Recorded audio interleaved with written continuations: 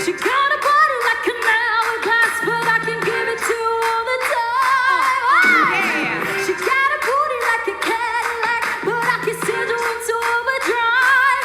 Ang sarap lang po sa feeling na binigyan kami ng ganong opportunity ni Kuya Will na magkaroon ng Instagram every Friday po. So, yeah, very grateful and happy. You're waiting for that. Stop on your spring back.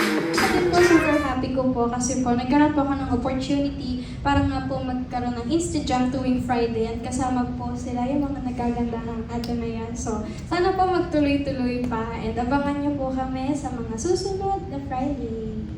The body could be good to you. You need a bad girl to blow your mind. Come on, everyone, Ako naman po, super duper saya sa opportunity at tiwalang ibinigay po sa amin ni Kuya Will para maging official singer para sa Instajump tuwing Friday.